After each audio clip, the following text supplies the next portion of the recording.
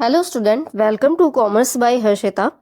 तो मैंने अपने चैनल पे प्लेलिस्ट बनाई हुई है। एक आपकी बिजनेस एनवायरनमेंट की है और एक आपकी प्रिंसिपल ऑफ मैनेजमेंट की है। ठीक है, तो ऐसे स्टूडेंट जो बीबीए के स्टूडेंट हैं या फिर बीकॉम के स्टूडेंट हैं या फिर एमबीए या एमकॉम के स्टूडेंट हैं या फिर किसी भी एग्जाम की प्रिपरेशन कर रहे हैं और उनको बिजनेस एनवायरनमेंट या प्रिंसिपल ऑफ मैनेजमेंट पढ़ना है, तो वो ये प्लेलिस्ट देख सकते हैं। उनकी काफ़ी हद तक कॉन्सेप्ट क्लियर हो जाएगा। ठीक है, तो चलिए, अभी तक हम चैप्टर 4 डिस्कस कर चुके हैं। आज हम यूनिट 5 डिस्कस करने वाले हैं इन्वायरमेंट की, जो कि है आपकी स्ट्रक्चर ऑफ इंडियन इकोनॉमी। ठीक है, इसके पहले वाले वीडियोस में हमने समझा था कि इकोनॉमिक इन्वायरमेंट क्या होता है, वो कितने तरह का होता है, बिजनेस इन्वायरमेंट क्या होता है, उसकी क्या क्या इंपॉर्टेंस है। ये सारी चीजें हम प्रीवियस चैप्टर्स में समझ चुके हैं। ठीक है, तो चलिए आज का वीडियो स्टार्ट करते हैं। तो सबसे पहले हम समझते हैं कि इंडियन इकोनॉमी हमारी कैसी थी।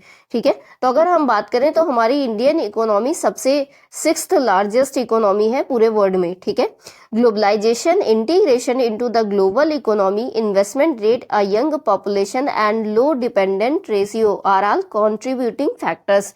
तो अगर हम अपनी इंडियन इकोनॉमी की बात करें तो ये 6th लार्जेस्ट इकोनॉमी है पूरे वर्ल्ड में।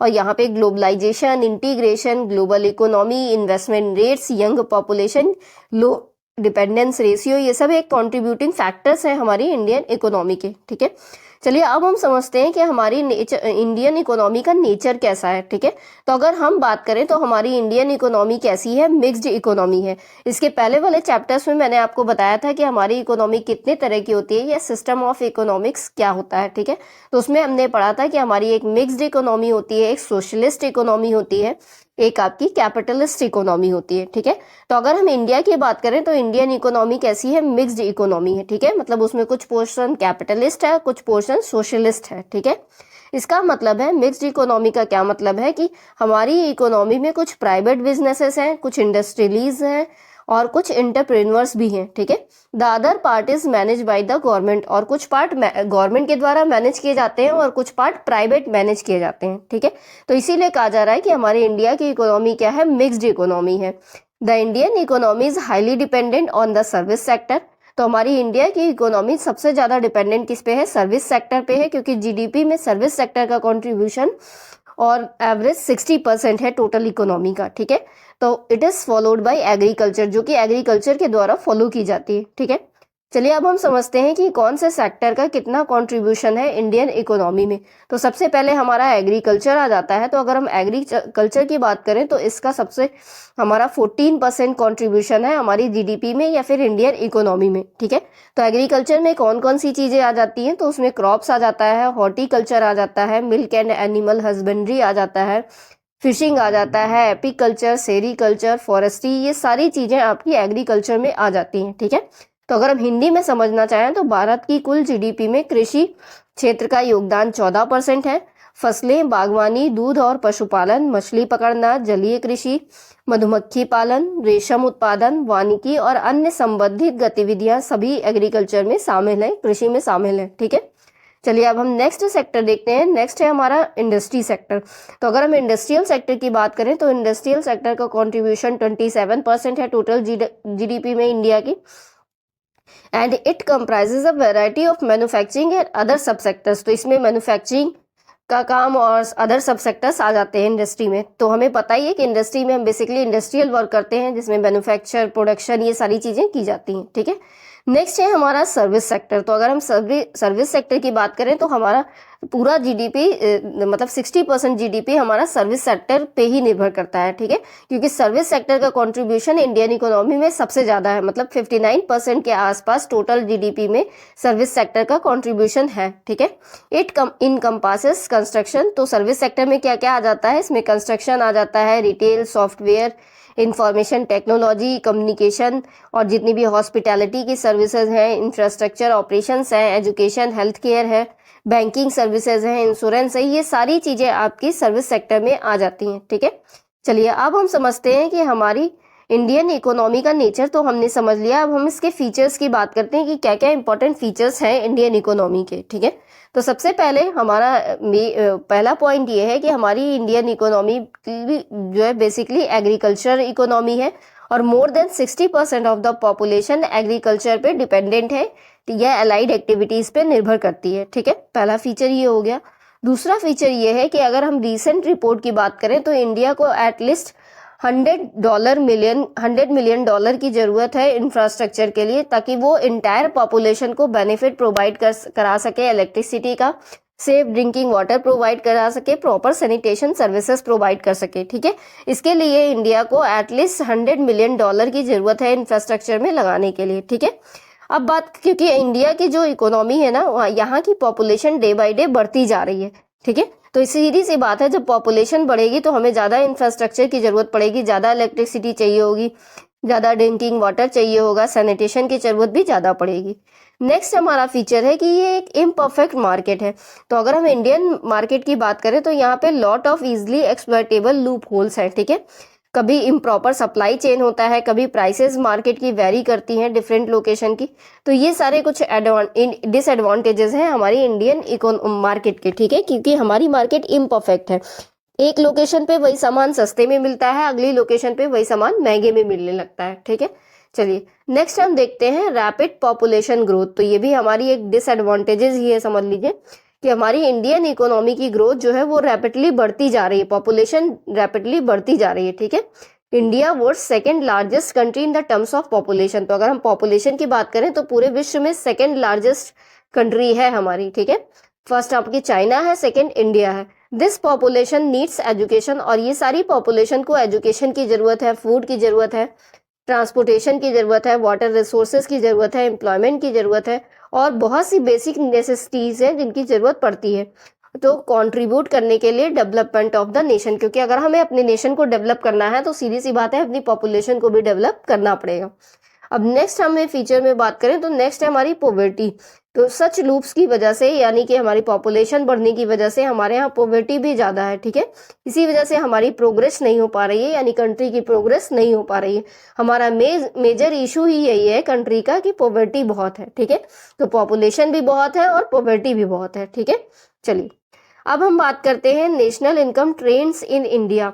तो अगर हम नेशनल इनकम ट्रेंड्स की बात करें तो सबसे पहले आपको समझना होगा कि नेशनल इनकम क्या होती है, या फिर राष्ट्रीय आय किसे कहते हैं। ठीक है, तो नेशनल इनकम बेसिकली एक मनी वैल्यू है जिसको हम ऑल फाइनल गुड्स और सर्विसेज जो कंट्री में प्रोड्यूस हो रहा है एक साल में, उसको कैलकुलेट करके निकालते हैं। ठीक है, मतलब हमारे एक साल में कितना फाइनल गुड्स और सर्विसेज प्रोड्यूस किया जा रहा है वही हमारी नेशनल इनकम कहलाती है। ठीक है, वो भी विदाउट डुप्लीकेशन। ठीक है, आगे समझते हैं।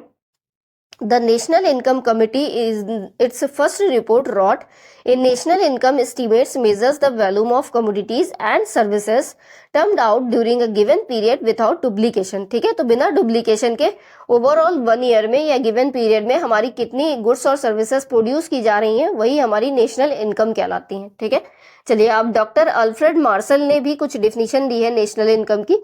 तो डॉक्टर अल्फ्रेड मार्शल का नाम आपने सुना ही होगा, इनको हम इकोनॉमिक्स का फादर भी बोलते हैं, मार्शल को। ठीक है, तो इनके हिसाब से नेशनल इनकम एक ऐसी पार्ट ऑफ ऑब्जेक्टिव इनकम है जो कि community including of course income derive from abroad which can be measured in money. तो जिसे हम मनी के टर्म्स में मेजर कर सकते हैं, जो बाहर की इनकम को भी ऐड करती है, वो नेशनल इनकम कहलाती है। अगर हम हिंदी में समझे तो राष्ट्रीय आय समुदाय के वस्तुनिष्ठ आय का वह हिस्सा है जिसमें निश्चित रूप से विदेश से प्राप्त आय भी शामिल है। तो मतलब इसमें विदेश से जो आय प्राप्त हो रही है वो भी इसमें हम ऐड करते हैं नेशनल इनकम में।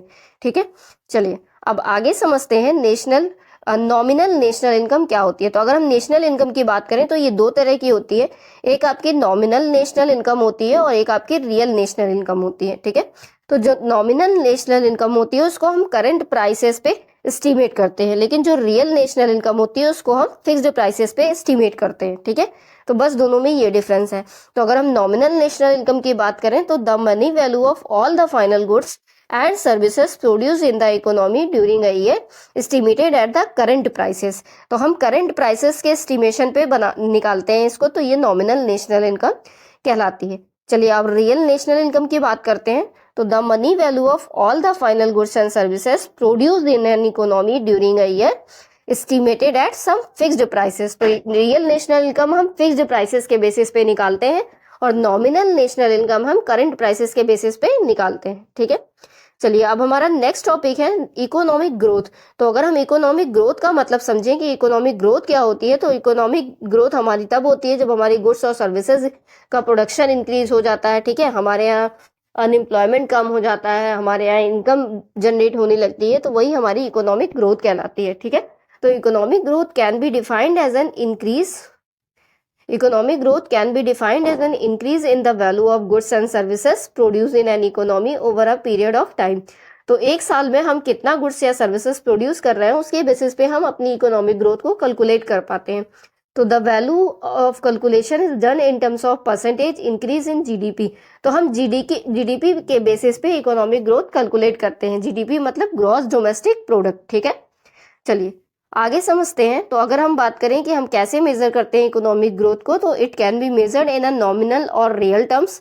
Economic growth is an increase in the production of goods and services in an economy. तो हमारी इकोनॉमी में कितना गुड्स एंड सर्विसेज इंक्रीज हो रही हैं हर ईयर के हिसाब से, वही हमारी इकोनॉमिक ग्रोथ को फिक्स करती है, ठीक है। चलिए आगे समझते हैं। Increase in capital goods, labor force, technology and human capital can all contribute to economic growth. तो चाहे हमारा कैपिटल गुड्स इंक्रीज हो रहा हो, चाहे लेबर फोर्स इंक्रीज हो रहा हो, चाहे टेक्नोलॉजी का एनहेंसमेंट हो रहा हो, चाहे ह्यूमन कैपिटल का कंट्रीब्यूशन बढ़ रहा हो, तो ये सारी चीजें हमारी इकोनॉमिक ग्रोथ के अंदर आ जाती हैं। तो अगर हम बात करें कि कौन से फैक्टर्स हैं जो कि इकोनॉमिक ग्रोथ को इन्फ्लुएंस करते हैं, तो हमारी ह्यूमन रिसोर्सेज इन्फ्लुएंस करती हैं, हमारा इंफ्रास्ट्रक्चर डेवलपमेंट इन्फ्लुएंस करता है, हमारी प्लांट यूटिलाइजेशन जो हम करते हैं नेचुरल रिसोर्सेज का वो भी अफेक्ट करता है, हमारी पॉपुलेशन भी ग्रोथ पे असर डालती है। अगर पॉपुलेशन बढ़ेगी तो ग्रोथ कम होगी, पॉपुलेशन घटेगी तो ग्रोथ ज़्यादा होगी, ठीक है। हमारी टेक्नोलॉजी का एडवांसमेंट भी हमारे एक फैक्टर में आता है इकोनॉमिक ग्रोथ के, ठीक है। चलिए अब हम आगे समझते हैं कि इकोनॉमिक डेवलपमेंट क्या होता है। तो अगर हम बात करें तो इकोनॉमिक डेवलपमेंट एक ऐसा प्रोसेस है जिसमें हमारी इकोनॉमिक वेल बीइंग और quality of life of nation, community और region are improved according to the predefined goals and objectives. तो हमने जो गोल्स या ऑब्जेक्टिव डिसाइड किए थे उनके हिसाब से अगर हम इम्प्रूव हो रहे हैं, हमारा रीजन इम्प्रूव हो रहा है, हमारी कम्युनिटी इम्प्रूव हो रही है, हमारा नेशन की क्वालिटी अच्छी हो रही है, लाइफ ऑफ नेशन बढ़ रहा है, ठीक है, तो वही हमारे लिए क्या है, इकोनॉमिक डेवलपमेंट कहलाता है, ठीक है। Economic development is a combination of market productivity and the welfare values of the nation. तो हमारी मार्केट की प्रोडक्टिविटी और हमारी नेशन की क्या वैल्यूज है, क्या वेलफेयर है, ठीक है, इसके हिसाब से हमारा डिसाइड होता है कि हमारा इकोनॉमिक डेवलपमेंट कैसा है, ठीक है। चलिए तो हम इकोनॉमिक ग्रोथ और इकोनॉमिक डेवलपमेंट दोनों को समझ चुके हैं। अब इन दोनों के डिफरेंस की बात करते हैं, ठीक है। तो अगर इकोनॉमिक ग्रोथ की बात करें तो जब हमारा मार्केट आउटपुट इंक्रीज होता है तो हम कहते हैं कि इकोनॉमिक ग्रोथ हो रही है, यानी जीडीपी के परसेंटेज के बेसिस पे हम इकोनॉमिक ग्रोथ निकालते हैं, ठीक है। अगर हम इकोनॉमिक डेवलपमेंट की बात करें तो ये मेजर किया जाता है in terms of welfare values and market output. इसमें हम वेलफेयर वैल्यूज को भी शामिल करते हैं और मार्केट आउटपुट को भी शामिल करते हैं। चलिए इकोनॉमिक ग्रोथ क्या है, ये हमारी एक क्वांटिटेटिव कॉन्सेप्ट है और इकोनॉमिक डेवलपमेंट हमारा क्वालिटेटिव कॉन्सेप्ट है। तो क्वांटिटेटिव कॉन्सेप्ट यानी जो क्वांटिटी की बात करता है, मेजरमेंट की बात करता है, न्यूमेरिकल्स की बात करता है, वो क्वांटिटेटिव कॉन्सेप्ट होता है। तो इकोनॉमिक ग्रोथ जो है वो मेजरमेंट किया जाता है, इसलिए वो क्वांटिटेटिव कॉन्सेप्ट होता है। और अगर हम इकोनॉमिक डेवलपमेंट की बात करें तो ये हमारा क्वालिटेटिव कॉन्सेप्ट है, क्योंकि ये हम क्वालिटी के बेसिस पे निकालते हैं, ठीक है। चलिए नेक्स्ट पॉइंट देखते हैं। तो इकोनॉमिक ग्रोथ इज एन यूनिडायमेंशनल। तो इकोनॉमिक ग्रोथ हमारी यूनिडायमेंशनल होती है, जबकि हमारा इकोनॉमिक डेवलपमेंट मल्टी डायमेंशनल होता है, ठीक है। चलिए नेक्स्ट पॉइंट कह रहा है कि this is one of the major concern of developed countries. तो इकोनॉमिक ग्रोथ क्या है, वो एक मेजर कंसर्न है डेवलप्ड कंट्रीज का। वो ज्यादा अपनी इकोनॉमिक ग्रोथ पर ध्यान देती हैं ताकि उनकी कंट्री डेवलप्ड बनी रहे, ठीक है। लेकिन अगर हम बात करें इकोनॉमिक डेवलपमेंट की तो इसका मेजर कंसर्न क्या है, डेवलपिंग कंट्रीज पे होता है, ठीक है। चलिए अब बात करते हैं नेक्स्ट पॉइंट की। तो नेक्स्ट पॉइंट में कह रहा है economic growth is independent of the development. तो इकोनॉमिक ग्रोथ पूरी तरीके से इंडिपेंडेंट है डेवलपमेंट से, जबकि economic development can only happen if economic growth takes place. और इकोनॉमिक डेवलपमेंट कैसे हो सकता है, जब इकोनॉमिक ग्रोथ होगी तभी इकोनॉमिक डेवलपमेंट हो पाएगा, नहीं तो नहीं हो पाएगा, ठीक है। तो वो पूरी तरीके से इकोनॉमी की ग्रोथ पे निर्भर करता है, लेकिन जो इकोनॉमी की ग्रोथ है वो इंडिपेंडेंट है, वो किसी डेवलपमेंट पे निर्भर नहीं करती। चलिए नेक्स्ट पॉइंट देखते हैं, इंडिकेटर्स ऑफ इकोनॉमिक ग्रोथ। अगर इकोनॉमिक ग्रोथ निकालना हो तो हम रियल जीडीपी या रियल पर कैपिटल इनकम से निकालते हैं, जबकि अगर हम इकोनॉमिक डेवलपमेंट की बात करें तो ये ह्यूमन डेवलपमेंट इंडेक्स के थ्रू निकाला जाता है, physical quality of life index से हम निकालते हैं, या फिर नेट इकोनॉमिक वेलफेयर से हम निकालते हैं अपना इकोनॉमिक डेवलपमेंट। ठीक है, तो आई होप आपको दोनों का डिफरेंस क्लियर हो गया होगा। चलिए अब हम बात करते हैं कि मेन गोल्स क्या होता है इकोनॉमिक डेवलपमेंट का। तो अगर हम मेन गोल्स की बात करें तो इसका मेन गोल क्या होता है कि वो अपनी कम्युनिटी को, इकोनॉमिक कम्युनिटी को इम्प्रूव कर सके और थोड़ा सा एफर्ट डाल करके अपने यहाँ जॉब क्रिएशन कर सके, जॉब रिटेंशन कर सके, टैक्स बेस इन्हेंसमेंट कर सके और लाइफ की क्वालिटी को बढ़ा सके। ठीक है, जीविका को और अच्छा कर सके अपनी कंट्री की। तो यही हमारा मेन गोल होता है इकोनॉमिक डेवलपमेंट का।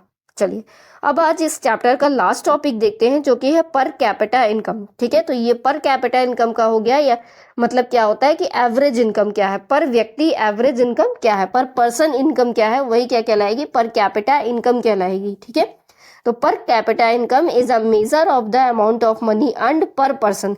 तो पूरी कंट्री में एक पर्सन कितना ऑन एवरेज इनकम अर्न कर रहा है वही क्या कहलाएगी, पर कैपिटा इनकम कहलाएगी। और geographical region, per capita income is used to determine the average per person income.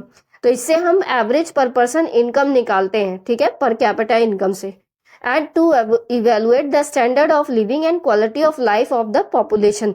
तो per capita income for a nation, तो अगर हमें पर कैपिटा इनकम निकालनी है यानी पर व्यक्ति आय निकालनी है, तो उसको निकालने के लिए क्या करना होगा, हम अपनी कंट्री की नेशनल इनकम से पूरी पॉपुलेशन को डिवाइड कर देंगे, तो जो निकल के आएगा वही हमारी पर कैपिटा इनकम कहलाएगी या पर व्यक्ति आय कहलाएगी। ठीक है, तो आई होप आपको समझ में आ गया होगा। वीडियो अगर पसंद आएगा तो लाइक कर दीजिएगा। अगर आपको कोई भी डाउट हो तो आप कमेंट करके पूछ सकते हैं। और अगर आप मुझे टेलीग्राम, इंस्टाग्राम या फेसबुक पे फॉलो करना चाहते हैं तो डिस्क्रिप्शन बॉक्स में लिंक दिया हुआ है। ठीक है, थैंक्स फॉर वॉचिंग।